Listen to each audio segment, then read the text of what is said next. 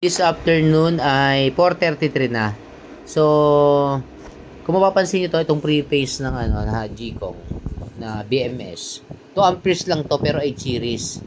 So, ito yung pre-phase niya. As you can see, 19 amperes yung bawas niya.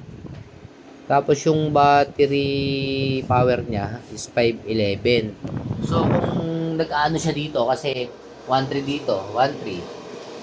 So, less siya ng 524. So, yun yung ginagamit niya. So, ang harvest ko na lang ngayon ay 800 plus na lang ngayong gatong oras. Kaya, nagdi-depreciate yung nagdi-decrease yung battery natin. So, as you can see, 98% na lang. Pero kabuhay ko lang naman kasi yan. So, hinabol lang natin kung sakali. Sayang. So, ngayon, ang ginagamit lang kasi nito, kung tutusin, apat ang pwede dyan, apat na 620. Hanggang 5 pwede. So, syempre, iinit na. So, dalawang naka-series. 620 watts sa 3 na. Pero, syempre, sinuportahan ko ng dalawang 620 rin. Separate per charge controller. So, parang apat pa rin. Para lang dito yan sa 16 pieces na to. So, pero 98% pa rin siya nag-aircon. So, tirahan natin ang hanggang mamayang gabi. So, balik tayo dun sa pre-phase ng Gcong. Okay. So, ang load kasi noon yan, yung aircon nga na 1.5 horsepower. Tapos may isang rep. Tapos dito naman sa isang setup na to na 12 volts naman, ang tinatakbo niyan is yung sa computer shop ng mga electric fan. Kasi ito yung mga third setup natin 12 volts naman. Or support lang ba. Pero syempre, pag naging 8 na naman yung battery na yon, dagdag natin doon. For the meantime, 4 pa lang siya. So, 12 volts muna. Pero pag naging 8, dugsong natin ulit doon. Para 3 parallel na siya. So, magiging siya. Ito, tingnan natin tong pre-phase ulit nito. So, 500 yung nababawas. So, battery, 898%. 140 naman yan battery capacity. So, remaining capacity, 136.7 na lang. 430 na ngayon, 98%. Pag nag-80 plus to, patayin natin. Para reserva na hanggang umaga para doon sa mga rep at ibang gamit. So, tingnan mo to, yung cells wire resistance. So, ibig sabihin, maganda naman. Maganda naman yung pagkakaano niya. So, parang namatay ang aking, dito.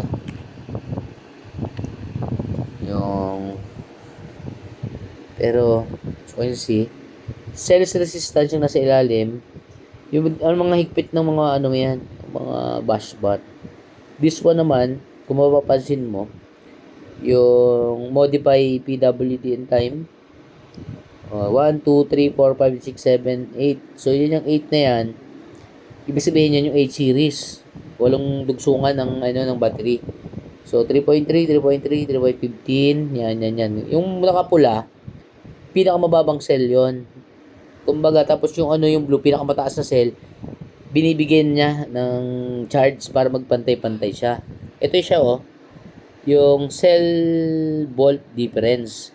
So napakababa ng pagitan nila. Maganda 'yan kung tutuusin kasi yung balance niya, current niya. Yung pansinin mo nagtuto siya. Kasi 2 ampere nga lang 'to. Itong aking BMS na 'to. Pero kung mga 5 amperes yan, so mas maganda lalo. Mabilis siyang namatay na. So siya. So, kung 2 amperes kasi, yun yung bilis, yung lakas para mabalance yung mga cell. 'Di ba? Ang setup niyan sa 2.8 mamamatay na yan. Kung may isang cell na bumaba diyan, so sa 2.8 magti-trip na yan. So, as you can see, cell volt difference napakababa, napakagaling ng balancer. Tapos yung balance current, kung mapapansin mo yun, nagto 2 amperes, sumasagad siya, ganun siya kagaling. Diba? O, tingnan natin, 97 na lang. Wala na kasing harvest ngayon hapon na kasi. So, ubusin lang natin ng konti. Para lumamig lang yung kwarto. Diba? So, ito, isa sa pinakamagandang BMS na yan. Kesa doon sa Dali. Nakahiwalay pa kasi ang active balancer nin.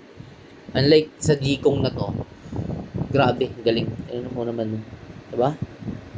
May mga command-command pa yan. Ito, kagaya nito, settings. Yan, makukuman-command mo pa yan. Pwede mo lagyan ng cell count, battery capacity, kung ano yung pagitan. Diba?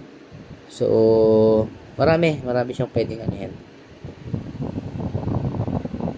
So, yun lang for this tsaka natin pinakita lang natin yung pre-freeze at yung harvest ng gantong oras.